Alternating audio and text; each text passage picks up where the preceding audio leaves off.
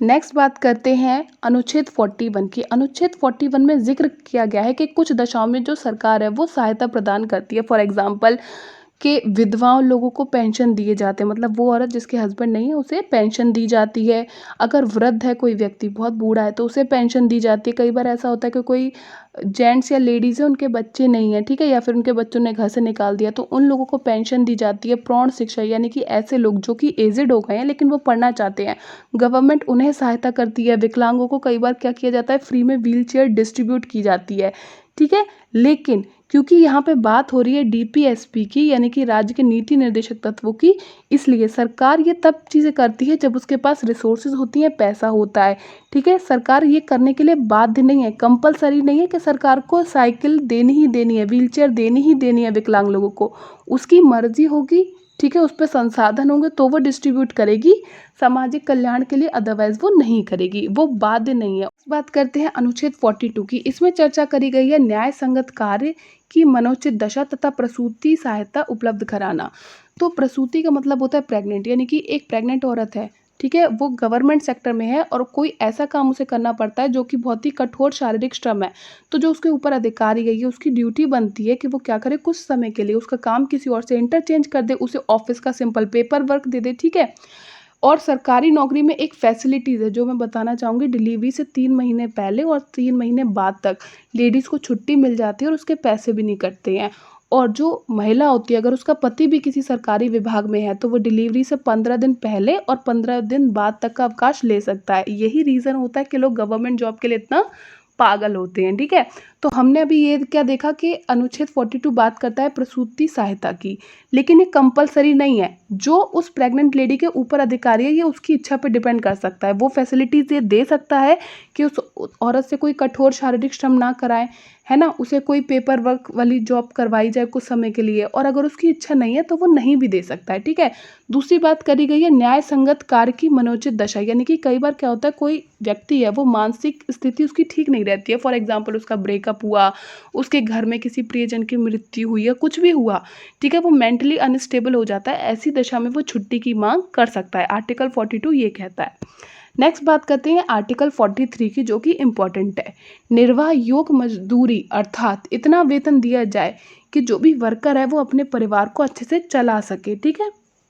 अनुच्छेद 43 जो कि इम्पोर्टेंट है वो ये कहता है कि किसी भी कर्मचारी को जो भी संस्था उसे हायर कर रही है, चाहे वो पब्लिक सेक्टर है या प्राइवेट सेक्टर है, कम से कम इतनी वेतन दे, इतनी सैलरी दे जिससे वो रिस्पेक्ट वाली ज़िंदगी जी सके, अपने बीवी बच्चों का ख्याल रख सके, उनके खर्चे उठा सके, अपना जीवन यापन रिस्पेक्ट के साथ कर सके, ठीक है। नेक्स्ट बात करते हैं अनुच्छेद 43 के पार्ट ए की। इसमें कहा गया है उद्योग प्रबंधन में कामगारों की भागीदारी, यानी कि जो भी ऑर्गेनाइजेशन है जिसने वर्कर को हायर किया है, कभी भी कोई बड़ा डिसीजन लेने से पहले वो अपने वर्कर्स को भी पूछ कर डिसीजन ले, उन्हें भी इस डिसीजन में शामिल करे। फॉर एग्जांपल आप काम के घंटे बढ़ा रहे हो, आप वर्किंग आवर्स बढ़ा रहे हो, कंडीशन बदल रहे हो काम करने की, ठीक है, जगह बदल रहे हो, कुछ भी चेंजेस कर रहे हो तो आप अपने वर्कर से भी इस बात को डिस्कस करें तभी कोई डिसीजन ले।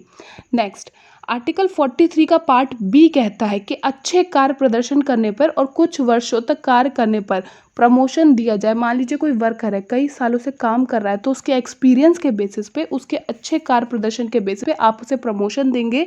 इस बात का जिक्र किया गया है 97वें संविधान संशोधन में जो कि किया गया था 2011 में, ठीक है।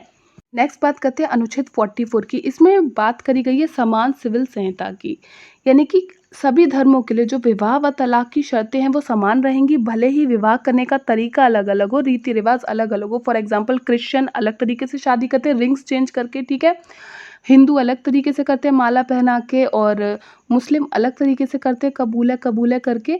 तो विवाह करने के रीति रिवाज अलग हो सकते हैं लेकिन जो मेन लीगल प्रोसेस है ना विवाह का तलाक का वो सेम होना चाहिए। अगर आप किसी बच्चे को गोद लेते हो या वसीयत लिखते हो तो वो लीगल प्रोसेस सेम होना चाहिए, ठीक है। अब तक ये हर जगह पे लागू नहीं है, सिर्फ गोवा में ही इसे लागू किया गया है, यानी कि गोवा में लागू किया गया है समान नागरिक संहिता को। इसके अकॉर्डिंग आप किसी भी धर्म जाति से बिलोंग करते हो तो अपने रिवाज के अकॉर्डिंग शादी कर सकते हो, लेकिन जो आपका विवाह है वो तर्क संगत होना चाहिए, न्याय के दृष्टि से, यानी कि आपने विवाह किया तो एक व्यक्ति ने एक ही औरत से शादी करी, ये नहीं कि एक आदमी है और 7-8 औरतों से शादी कर रहा है, वो गलत है। तलाक लेने का, वसीयत देने का और बच्चे को गोद लेने का भी जो तरीका है वो सेम ही रहेगा। नेक्स्ट एक बात करते हैं कि जो अपराध के कानून होते हैं उन्हें कहा जाता है दंड संहिता, और जो चुनाव के कानून होते हैं उसे कहा जाता है आचार संहिता, और अभी जो हमने डिस्कस किया था वो कहता है सिविल संहिता। नेक्स्ट बात करते हैं आर्टिकल 45 की। 6 वर्ष से कम के जो बच्चे हैं, ठीक है, ऐसे बच्चे जिनकी आयु 6 साल से कम है, उनके स्वास्थ्य का ध्यान रखना सरकार की जिम्मेदारी है। इसी वजह से आपने देखे होंगे कि जगह जगह पे आंगनवाड़ी केंद्र होते हैं जहाँ पे माँ व बच्चे को पौष्टिक खाना यानी कि दलिए वगैरह के पैकेट्स दिए जाते हैं और दवाइयाँ भी निःशुल्क वितरण करी जाती हैं।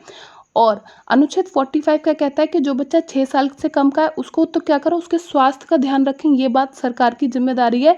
और ये कहता है अनुच्छेद 45 कि जो बच्चा 6 से 14 साल के बीच का है, ऐसे बच्चों को निःशुल्क शिक्षा देना भी सरकार की जिम्मेदारी है। ठीक है, तो अनुच्छेद 45 कहता है कि सरकार की 2 जिम्मेदारियां हैं, जो बच्चा 6 साल से छोटा है उसे तो अच्छी हेल्थ दो, और जो बच्चा 6 to 14 एज ग्रुप का है उसे क्या करो, फ्री और कंपलसरी एजुकेशन दो। ये किसकी जिम्मेदारी है, सरकार की जिम्मेदारी है। ठीक है, अब यहाँ पे एक चीज़ रिमाइंड करेंगे, जो शिक्षा का अधिकार है उसे मूल अधिकार बनाकर 21 के पार्ट ए में जोड़ दिया गया। कब जोड़ दिया गया, 86वें संविधान संशोधन द्वारा सन 2002 में।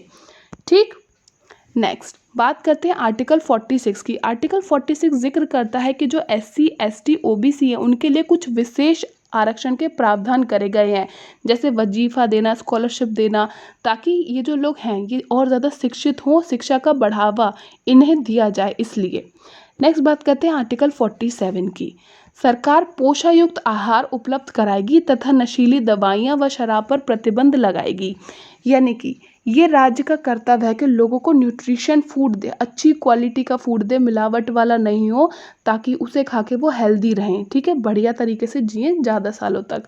और दूसरी बात क्या है कि जो नशीली दवाइयाँ हैं, जो ड्रग्स वगैरह हैं, जो शराब है, उन पे प्रतिबंध लगाएगी। लेकिन क्योंकि ये आर्टिकल 47 आता है किसके अंडर है, DPSP, यानी कि कंपलसरी नहीं है।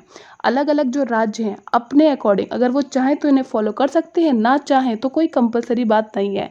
फॉर एग्जाम्पल बिहार में शराबबंदी है, यानी कि वहाँ पे आप शराब को प्रोड्यूस नहीं कर सकते, फैक्ट्री नहीं डाल सकते शराब बनाने की, और ना ही खुले में बेच सकते हो, उस पर बैन लगा हुआ है। लेकिन यूपी में नहीं है।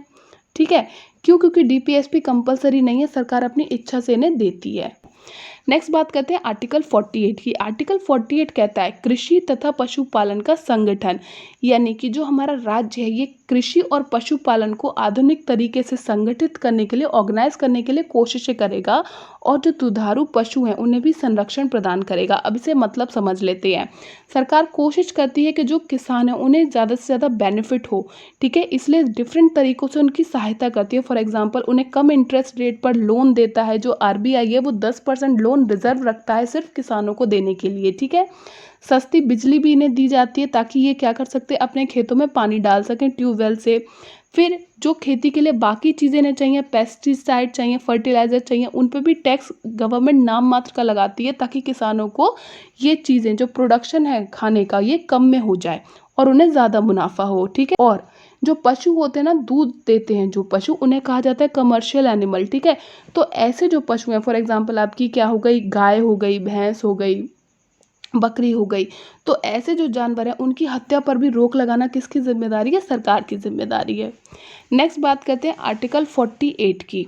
आर्टिकल 48 पार्ट 1 क्या कहता है कि पर्यावरण, वन तथा वन्य जीव की रक्षा करना सरकार का कर्तव्य होगा, यानी कि जो हमारा इन्वायरमेंट है, जो फॉरेस्ट है, और फॉरेस्ट में रहने वाले जो भी वाइल्ड लाइफ एनिमल है उन सबको बचाना किसकी जिम्मेदारी है, सरकार की जिम्मेदारी है। ये उनकी फंडामेंटल ड्यूटी है। ठीक है, इसे कब कहा गया, 42वें संविधान संशोधन में 1976 में कहा गया। ठीक है, क्योंकि ये 48A है, यानी कि इसे बाद में जोड़ा गया है संविधान संशोधन द्वारा। ठीक है, नेक्स्ट बात करते हैं अनुच्छेद 49 क्या कहता है। अनुच्छेद 49 कहता है कि जो राष्ट्रीय स्मारक है उनकी रक्षा करना भी सरकार का कर्तव्य होगा, यानी कि जो राज्य है वो संरक्षण प्रदान करेगा, वो मेंटेनेंस करेगा उन इमारतों की जो कि नेशनल इंपॉर्टेंस रखती हैं, उनकी वजह से हमारे यहाँ इतना ज़्यादा टूरिज्म है। फॉर एग्जांपल ताजमहल है, तो उसे अपडेट रखने के लिए उसको टाइम टू टाइम मेंटेनेंस करने की जिम्मेदारी किसकी, सरकार की है। ठीक है, क्योंकि वो एक हिस्टोरिकल बिल्डिंग है जो कि एक राष्ट्रीय महत्व रखती है।